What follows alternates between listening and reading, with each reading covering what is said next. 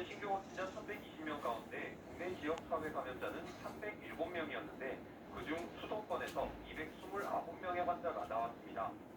오늘 낮 12시 기준으로 서울 성북구 사랑제일교회 관련 누적 확진자는 933명으로 늘었습니다. 이 교회에서 전파된 2차 이상 감염자는 23곳의 장소에서 130명이 나왔습니다. 지난 15일 광화문 집회 관련 누적 확진자는 200명을 넘었습니다. 서울 관악구 무한무릎, 중구 부동산 경매업체 달해경매, 인천 부평구 갈릴리 교회 관련 등 다른 기존 집단 감염도 확산하고 있습니다. 새로운 집단 감염도 확인됐습니다. 인천 서구 소재 주님의 교회와 관련해서는 총 30명이 확진 판정을 받았고 서울 은평구의 한 미용실과 관련해서 9명의 확진자가 발생했습니다. 확진자가 빠르게 늘면서 격리 치료 중인 환자는 4,500명을 넘어섰고 이 중 중증 이상의 환자는 40명을 넘겼습니다.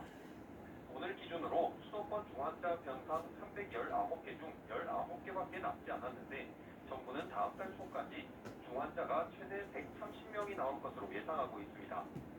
이에 따라 다음 달까지 70여 병상을 추가로 확보하는 등 중환자 증가에 대비할 계획입니다. 정부는 사회적 거리두기 3단계 격상과 관련해 이번 주 발생 추이를 보면 격상 여부를 논의하겠다는 입장을 유지했습니다. 그러면서 3단계 격상과 관련한 구체적인 논의가 진행되는 것은 없다며 오늘부터 3단계로 격상한다는 말은 가짜뉴스라고 지적했습니다. 연합뉴스TV 이동훈입니다. 문재인 대통령이 의사협회의 진료 거부에 원칙적 법 집행을 지시했습니다. 민주노총의 광복절 광화문 집회 참석자 명단 제출 거부에 대해서도 엄정 대응하라고 말했습니다. 성승환 기자입니다. 문재인 대통령은 대한의사협회의 2차 집단 행동에 대해 원칙적인 법 집행을 통해 강력하게 대처하라고 지시했습니다. 이어 정부는 비상 진료 계획을 실효성 있게 작동해 의료 공백을 없게 하라고 주문했습니다. 다만 문 대통령은 대화를 통해 의료계 설득 노력도 병행하라고 했습니다. 민주노총의 광복절 광화문 집회 참석자 명단 제출 거부와 관련해서 문 대통령은 방역에 특권이 없다며 엄정 대응하라고 말했습니다. 국민의 생명과 직결되는 만큼 방역에는 차별이 있을 수 없고 누구도 예외가 없다는 것이 문 대통령의 생각이라고 강민석 청와대 대변인은 전했습니다. 코로나19 재확산에 따른 2학기 아이돌봄에 대한 우려에 대해서도 문 대통령은 신속한 긴급 돌봄 지원책 마련을 지시했습니다. 구체적으로는 세 가지 내용. 2학기 긴급 돌봄을 차질 없이 진행하기 위해 충분한 예산을 확보하고 돌봄 시설의 밀집도를 낮출 지원 방안 마련을 지시했습니다. 이와 함께 직장인 부모들의 가족 돌봄 휴가가 많이 소진된 만큼 휴가 연장 시 재직 기업을 지원하는 방안을 검토하라고 덧붙였습니다. 문 대통령은 태풍 바비의 부상과 관련해서도 피해가 우려되는 현장을 세심하게 점검해 대비에 만전을 기해달라고 당부했습니다. 청와대에서 연합뉴스TV 성성환입니다. 더불어민주당과 정부가 내년도 예산 편성에서 확장 재정 기조를 이어가기로 했습니다. 코로나19 장기화 가능성에 대비한다는 취지로 역대 슈퍼 예산이 될 전망입니다. 장윤희 기자입니다. 민주당과 정부는 확장 재정 기조의 내년도 예산을 협의했습니다. 코로나19 사태로 인한 경기 침체 장기화를 대비해 과감한 재정 뒷받침이 절실하다는 겁니다. 글로벌 공급망이 예전과는 다른 상황에서 경제 회복의 열쇠는 재정에 있습니다. 충분한 재정 투입이 필요합니다. 당정 협의에 따르면 한국판 뉴딜 사업에 투입될 예산은 총 20조 원 이상으로 늘어납니다. 코로나19 이후를 위한 경제 기반을 닦는다는 취지입니다. 사회 안전망 강화 관련해 고교 무상 교육은 1년 앞당겨 내년부터 전면 실시할 방침입니다. 생계급여 부여 의무자 기준은 2022년까지 단계적으로 폐지하기로 했습니다. 통부, 심장 초음파 등 무료급여 항목도 확대합니다. 청년과 신혼부부 중심의 공적 임대주택 공급은 19만 호까지 늘릴 계획입니다. 내년도 청년 희망 패키지 지원 사업에도 한국판 뉴딜 사업처럼 20조 원 이상이 투입됩니다. 침체된 지역 경제를 살리기 위해 지역사랑 상품권 발행 규모도 늘립니다. 보훈 정책 관련 보훈 보상금도 인상됩니다. 코로나19 방역 시스템을 더욱 보강하고 수해 피해 예방을 위해 안전 등급이 낮은 저수지와 국가하천도 정비하기로 했습니다. 올해 예산이 이미 슈퍼 예산이었던 점에서 내년도 예산 규모는 역대 최대가 될 전망입니다. 올해 추경이 3번이나 이뤄진 터라 재정 건전성 입증이 관건으로 꼽힙니다. 국가 채무와 수지에 대한 관리 가능한 큰 틀의 범주 내에서 최대한 재정이 뒷받침한 역할을 할 수 있도록 예산 편성을 동원해 나가고자 합니다. 당정은 예산 계획을 다음 달 3일 정기 국회 개원일에 제출해 국회 설득에 나섭니다. 연합뉴스TV 장윤입니다. 더불어민주당 지도부가 집단으로 자가격리에 들어갔습니다. 최고위원회의를 취재한 한 기자가 코로나19 확진 가능성이 있다는 사실이 알려지면서 선제적 대응에 나선 것인데요. 국회는 초긴장입니다. 백기현 기자입니다.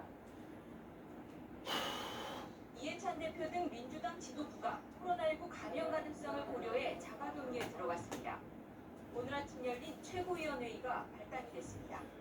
최고위원회의를 취재한 한 기자가 확진자와 밀접 접촉한 것으로 확인된 겁니다.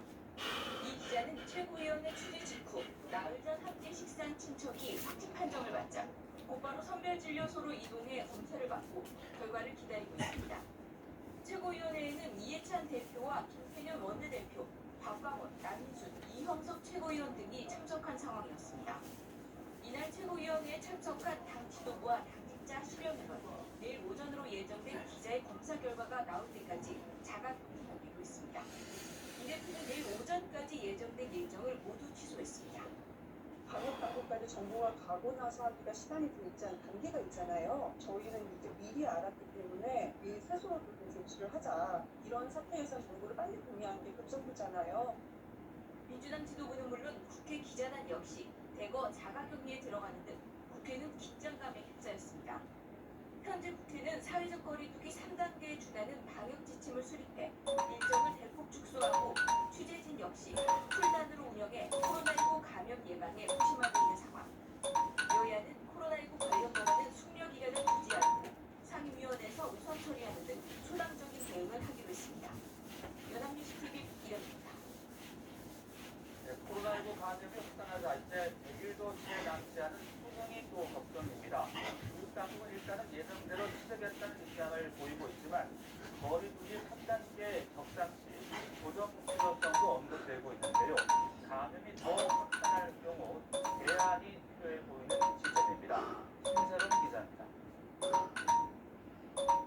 오는 12월 3일로 예고된 올해 수능. 당초 11월에서 코로나19 감염 여파로 2주가 미뤄졌습니다. 하지만 최근 수능 연기론이 또다시 불거지고 있습니다. 이대로 확산세가 커진다면 수능 시행마저 장담할 수 없다는 겁니다. 유은혜 사회부총리 겸 교육부 장관은 일정 변동은 고려하지 않고 있다면서도 거리두기 3단계 격상 시 변동 가능성을 언급했습니다. 3단계 상황이 그 시기까지 지속된다고 하면 결국 변경해야 할 상황일 수 있을 거라고 봅니다만 지금 이제 그런 이야기를 먼저 하는 것은 현장에 혼란을 더 가중시킬 수 있기 때문에 수능은 100일이 채 남지 않았고 감염 우려는 큰 상황인 만큼 플랜 B를 구개해야 한다는 주장도 나옵니다.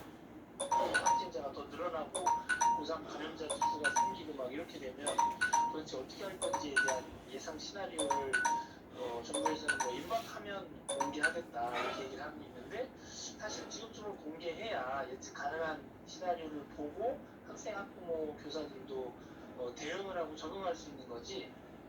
이재정 경기도 교육감은 한 라디오 인터뷰에서 수능 시험일이 다시 조정될 여지가 있다며 플랜 B로 내년 5월에서 6월 수능을 본 뒤 9월 입학을 적극 검토할 필요가 있다고 언급하기도 했습니다. 연합뉴스TV 신세롬입니다. 최근 수도권을 중심으로 코로나19가 재확산하면서 지자체를 맞아 치료 병상과 의료 인력 부족 등으로 큰 어려움을 겪고 있습니다. 경기도가 병원과 생활치료시설에 투입할 의료 인력을 모집했는데요. 자원봉사자들이 대거 참여했습니다. 강창우 기자입니다. 경기도의 한 공공의료원입니다. 최근 수도권 교회를 중심으로 코로나19 확진자가 무더기로 쏟아져 나오자 기상이 걸렸습니다. 감염병 치료 병상은 이미 만신이 되다 환자를 치료할 의사와 간호사 등 의료 인력이 절대 부족하기 때문입니다. 병상 부족이 절대적으로 우려됩니다. 공공병원 의료 인력의 소진은 이미 한계치에 근접했습니다. 실제로 경기도의 감염병 병실 가동률이 97%에 달한 가운데 병원 공급당 최소 100명 이상씩 확진자를 치료하고 있습니다. 최근 발병한 신규 확진자의 90% 이상은 병원이나 생활치료센터를 배정받지 못한 채 사택에서 대기하고 있습니다. 인력 부족으로 확보된 생활치료센터나 격리병실이 제 기능을 다하지 못하거나 감염자가 가정에 방치될 수 있으므로 경기도는 곳곳에서 의료진 부족 사태가 불거지자 자원봉사자를 긴급 모집했더니 의사와 간호사 등 159명이 참가를 신청했습니다. 한 병원에 대구랑 경북 지역에 의료 지원이 나갔었는데 그때도 확진자 되게 많았었어요. 이번에 수도권이랑 경기 지역에 확진자 늘었을 때도 도움이 되고 싶어서 경기도는 자원봉사자들의 거주 지역과 경력 등을 감안해 감염병 전담병원이나 생활치료센터, 가정대기자를 위한 홈케어 시스템 운영에 투입할 예정입니다. 연합뉴스TV 강창훈입니다. 유시민 노무현 재단 이사장 등 여권 인사의 비위를 해내려 취재원을 협박했다는 의혹을 받는 이동재 전 채널A 기자의 첫 재판이 오늘 있었습니다. 검찰과 변호인 측의 치열한 신경전 속에 이전 기자 측은 공익 목적의 취재였다며 혐의를 전면 부인했습니다. 박수주 기자입니다. 이른바 검언유착 의혹으로 구속된 이동재 전 채널A 기자의 첫 재판은 내내 긴장감이 감돌았습니다. 검찰에서는 이번 사건의 수사팀장으로 한동훈 검사장 폭행과 위법 방청 논란을 빚은 정진웅 서울중앙지검 형사 1부장이 담당 검사와 함께 출석해 눈길을 끌었습니다. 판사 한 명이 맡는 단독 재판부 사건에 부장검사가 직접 출석하는 건 이례적입니다. 검찰은 중요 사건이라 공소사실 전문을 읽겠다며 공소장 22쪽을 30여 분에 걸쳐 낭독했습니다. 이에 대해 이전 기자 측은 당시 제기된 의혹에 대해 공익 목적의 취재를 했을 뿐 유시민 등 특정 정치인을 겨냥한 것이 아니라며 혐의를 전면 부인했습니다. 또 이 전 대표의 대리인을 두 번째 만났을 때는 MBC와 몰카 취재를 하고 있던 상황이었다며 그때부터는 이 전 대표를 협박 피해자로 보기도 어렵다는 취지의 주장도 했습니다.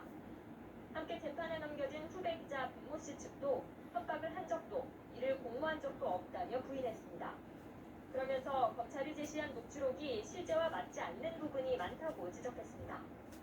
이 밖에도 공소 내용이 사실과 다르다는 주장에 검찰은 핵심적으로는 이전 기자가 한 것이라고 설명했습니다. 이전 기자의 재판이 본격적으로 시작됐지만 검찰이 검언유착 공모 당사자로 지목한 한동훈 검사장에 대한 수사 결론은 아직 나오지 않고 있습니다. 연합뉴스TV 박수주입니다. 검찰수사심의위원회가 이재용 삼성전자 부회장에 대한 불기소를 권고한 지 2달이 지났습니다. 아직 결론을 내리지 못한 가운데 내일 검찰 인사에서 수사팀 교체 가능성도 나오고 있는데요. 삼성 수사 결과에 영향을 줄지 관심이 쏠립니다. 김동욱 기자입니다. 지난 6월 26일 검찰수사심의위원회는 이재용 삼성전자 부회장에 대한 불기소를 권고했지만 검찰은 아직 결론을 내리지 못하고 있습니다. 검찰 중간 간부 인사까지 단행되면 1년 8개월 넘게 끌어온 삼성 수사는 막판 공력을 잃을 전망입니다. 주임 검사인 이복현 부장검사가 교체되고 이 부회장을 조사했던 최재형 부부장 검사도 전보될 가능성이 있기 때문입니다. 이미 앞선 고위간부 인사에서 3차장까지 교체된 상황이다 보니 기소에 나설 경우 공소 유지에 어려움을 겪을 것이라는 해석도 나옵니다. 수사팀은 내부 의견이 엇갈리고 있지만 최종까지 교수와 시민 활동가 등을 불러 의견을 듣는 등 기소 강행 의지를 드러낸 것으로 알려졌습니다. 이병태 카이스트 교수는 자신의 SNS에 수사팀으로부터 받은 메일을 공개하며 학계와 전문가 의견 청취 중이라며 출석 요청을 받았지만 거절했다며 들리는 바로는 왜 삼성을 위해 이런 의견을 냈냐는 식의 질문으로 하루 종일 잡아둔다고 한다고 밝혔습니다.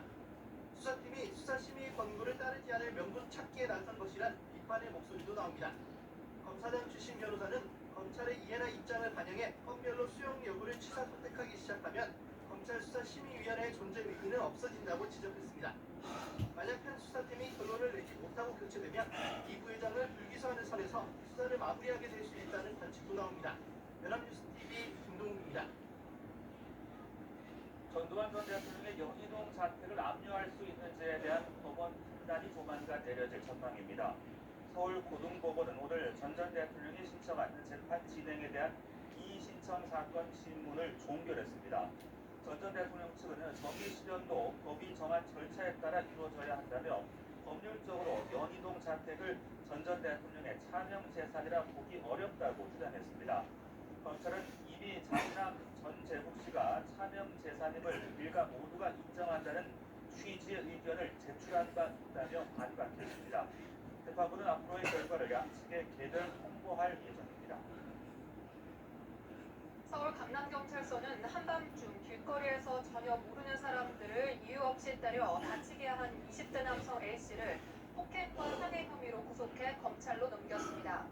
A씨는 지난 20일 오후 11시쯤 만취한 채 강남구 삼성동 길거리에서 여성을 주먹으로 수차례 때리고 인근 주차장에서도 40대 남성에게 주먹을 휘두르는 등 여성 2명과 남성 2명에게 폭행을 가한 혐의를 받고 있습니다. 지난 7일 강남 길거리 등에서 모르는 여성 7명을 때려 다치게 한 30대 남성도 오늘 구속 송치됐습니다. 경기 구리시 수택동에 있는 한 아파트 단지 주변 도로에서 대형 땅꺼짐이 발생했습니다. 사고 현장 인근 주민은 오늘 오후 3시 30분쯤 단지 주변 도로에서 땅꺼짐이 발생한 것을 목격했다고 설명했습니다. 주민들에 따르면 사고 현장 200에서 300m 주변을 경찰들이 통제하고 있고 구리시에서는 긴급 대피 문자를 발송했습니다.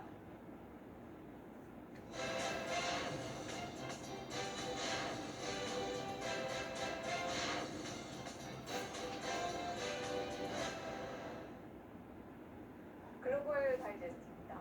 열악한 의료 여건 탓에 코로나19 방역에 어려움을 겪고 있는 아프리카에서 모처럼 희소식이 나왔습니다. 세계보건기구가 천년도에 이어서 소아마비가 아프리카 대륙에서 박멸됐다고 선언했습니다. 김효석 PD입니다. 폴리오 바이러스에 의한 급성 감염증으로 척수신경을 공격해 수족마비 증세를 일으키는 소아마비. 1950년대 백신이 개발됐지만 1980년대 후반에도 무려 35만 건의 발병 사례가 집계된 전 세계적인 전염병이었습니다. 특히 아프리카의 경우 경제 여건상 백신 확보가 어려워 1990년대 중반에도 7만 건 이상이 보고됐습니다. 이처럼 지긋지긋한 소아마비가 마침내 아프리카에서 박멸됐습니다. 전 세계 대표적 소아마비 발병국이자 아프리카 소아마비 전염의 근원지인 나이지리아에서 지난 4년간 발병 사례 보고가 없었기 때문입니다. It is among the greatest honors of my life to join you for this celebration of the eradication of wild polio virus from the 47 member states of the WHO African region. 이 같은 성과는 백신 접종에 대한 홍보와 글로벌 차원의 지속적인 지원 덕분에 가능했습니다. 소아마비 퇴치에 앞장섰던 빌 게이츠 마이크로소프트 창업자는 아프리카의 보건 인프라가 강화됐다면서 이번 성과가 코로나19 대처에도 결정적 역할을 하고 있다고 평가했습니다. I congratulate the people and governments of Africa for your leadership and determination. Your success is the success of the world. 전문가들은 지속적인 아프리카 내 백신 접종과 함께 다른 발병국인 아프가니스탄과 파키스탄에서 새로운 소아마비가 넘어오지 않는 것이 남은 과제라고 전했습니다. 연합뉴스 TV 김효섭입니다. 지지율에서 고전하고 있는 트럼프 대통령이 공화당 전당대회 흥행몰이에 집중하고 있습니다. 대통령의 고유 권한인 사면권을 행사하는 깜짝 이벤트까지 연출했습니다. 워싱턴에서 이경희 특파원입니다. 도널드 트럼프 미국 대통령은 공화당 전당대회 둘째 날에도 등장했습니다. 사전 녹화된 영상을 통해 두 차례나 깜짝 이벤트를 연출했습니다. 은행 강도 혐의로 체포된 이후 죄수들을 위한 교화 프로그램을 만든 기영리단체 운영자를 사면했고 이민자 5명의 귀화식을 직접 주재했습니다. A full pardon, and you've done incredible work. The job you've done, bringing people back in. 현지 언론에서는 사면권과 같은 대통령의 권한을 정치적으로 활용한다는 비판이 나옵니다. 아들, 딸에 이어 부인 멜라니아 트럼프 여사도 백악관 로즈가든에서 지지 연설에 나섰습니다. 함께 힘을 모아 코로나19 위기를 극복하자고 말했지만 현장에 자리한 인사들은 마스크도 쓰지 않았고 충분한 거리도 유지하지 않은 모습이었습니다. My husband's administration will not stop fighting until there is an effective treatment or vaccine available to everyone. 마이크 폼페이오 국무장관의 등장도 논란을 불렀습니다. 정치적 중립 의무가 있는 공직자가 그것도 순방 중에 연설을 녹화했기 때문입니다. 폼페이오 장관은 트럼프 대통령이 북한 지도자를 협상 테이블로 이끌었고 이를 통해 긴장도를 낮췄다고 강조했습니다. 한편 트럼프 대통령의 깜짝 쇼에도 불구하고 전당대회 첫날 TV 시청자 수는 민주당을 밑돌았습니다. 워싱턴에서 연합뉴스TV 이경입니다. 중국이 신냉전을 원하지 않는다며 미국과 정면 대결을 피하려는 모습입니다. 중국이 미국과 1단계 무역 합의 준수를 확인한 것도 같은 노림수로 해석됩니다. 이봉석 기자입니다. 왕이 중국 외교 담당 국무위원 겸 외교부장이 미국과 냉전을 원하지 않는다는 입장을 나타냈습니다. 이탈리아를 방문한 왕이 부장은 신냉전을 원하지 않는다면서 신냉전은 역사를 후퇴시킬 것이라고 말했습니다. 미국과 중국이 경제와 외교 안보, 인권, IT 기술 등 전방위적으로 대치하면서 일각에서 신냉전이 도래했다는 평가가 나오는 가운데 이를 배격한 겁니다. 미국의 중국에 대한 공세의 범위가 갈수록 넓어지고 수위도 올라가는 상황에서 칼끝을 피하기 위한 의도도 있는 것으로 풀이됩니다. 왕 입장이 이탈리아를 포함해 네덜란드와 프랑스, 독일 등 유럽 5개국 순방길에 오른 것도 같은 차원으로 해석됩니다. 支持欧洲为经济复苏所做的规划和努力，在欧洲团结发展的进程当中，中方将始终是值得信赖的。 왕 부장은 미국이 세계를 정글의 법칙으로 되돌리려 하고 있다고 비난하면서도 미국을 직접 거론하진 않았습니다. 이에 앞서 중국은 관세 전쟁을 중단키로 한 1단계 무역 합의를 지키기 위한 노력을 계속하기로 약속해 정면 대결을 피하려는 모습을 보였습니다. 류허 중국 부총리는 스티븐 무누신 미국 재무부 장관 등과 화요일 전화 통화를 하고 여기에 의견 일치를 이뤘습니다. 중국 입장에선 코로나19 사태로 올해 1분기 사상 최저 수준으로 떨어진 경기를 부양하기 위해 1단계 무역 합의 유지가 필요한 상황입니다. 재선을 노리는 도널드 트럼프 대통령은 합의에 따라 중국으로 농산물을 수출해 전통적 지지층인 백인 농민들의 표식을 얻으려는 포석인 것으로 보입니다. 연합뉴스 이봉수입니다. 최근 세계 곳곳에서 극단주의 테러 조직인 이슬람 국가 IS가 연계된 것으로 추정되는 테러가 발생하거나 테러 기도가 적발되면서 불안감이 커지고 있습니다. 코로나19로 인한 혼란을 틈타서 IS가 기지개를 켜는 것 아니냐는 분석도 나옵니다. 이상현 기자입니다. 차량과 건물의 잔해가 곳곳에 흩어져 있고 현장을 수습하는 구조대의 움직임이 급박합니다.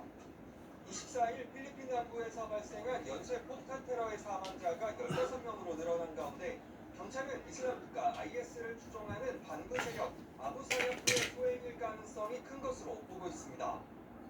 이처럼 최근 세계 각지에서 IS 연계 테러 활동이 적발되면서 국제사회의 우려가 커지고 있습니다. 터키 경찰은 현지 시간 25일 대테러 작전을 벌여 IS 조직원을 체포했다고 밝혔습니다. 조직원은 이스탄불 중심가이자 주요 관광지인 탁심 광장 주변에서 테러를 계획한 혐의를 받습니다. 경찰은 그가 시리아에서 미립국해 이스탄불에 잠입한 인물로 머물던 호텔에서는 자동소총이 발견됐다고 밝혔습니다. 인도 뉴델리에서도 IS와 연계된 것으로 추정되는 테러 기도가 적발됐습니다. 경찰은 21일 밤 테러 기도 혐의 등으로 무함마드 무스타킴이라는 인물을 체포했습니다. 체포 과정에서 총격전까지 벌어진 가운데 경찰의 용의자가 IS 지도부와 접촉한 사실도 확인했다고 전했습니다. 지난 6월 영국 파이낸셜 타임스는 이라크에서 올해 1분기 발생한 IS의 테러 공격이 전년 대비 13%가 늘었다고 보도했습니다. 국제사회의 강력 대응으로 수세에 몰렸던 IS가 미국의 손빼기와 코로나19로 인한 혼란을 틈타 활동을 늘리는 것이 아니냐는 우려가 나옵니다. 연합뉴스 이상현입니다.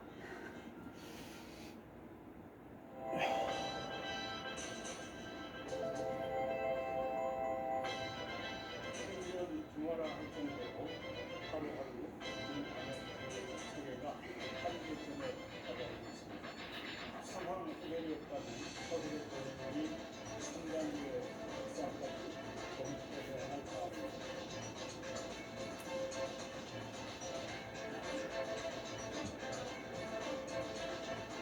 원칙적인 법칙을 통해 강력하게 대처하라고 지시했습니다. 비상치료 계획의 필요성 개선, 의료 공백 역도로 하라고 말했습니다. 의료계와의 대화를 통한 소통 노력도 진행하라.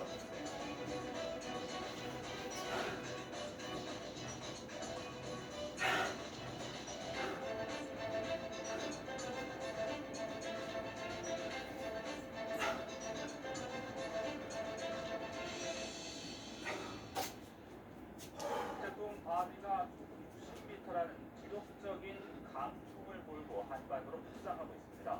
열차가 탈선하거나 건축물이 붕괴될 정도의 강한 바람이 예상되는데 전국이 직접 영향권에 들겠습니다. 김동혁 기자입니다. 태풍 바비가 뜨거운 바다 위를 지나면서 세력을 크게 키우고 있습니다. 태풍이 내륙을 관통하지는 않겠지만 한반도 전역이 태풍의 위험 반원인 오른쪽에도요 큰 비바람 피해가 우려됩니다. 태풍의 가장 위험 반원인 우측반에 우리나라가 속하게 되기 때문에 그 피해는 장담하기가 어려우며 태풍이 우리나라를 관통하는 경우보다 오히려 전역에 더 많은 비와 더 많은 강한 바람이 불 가능성이 2003년 수속 60mm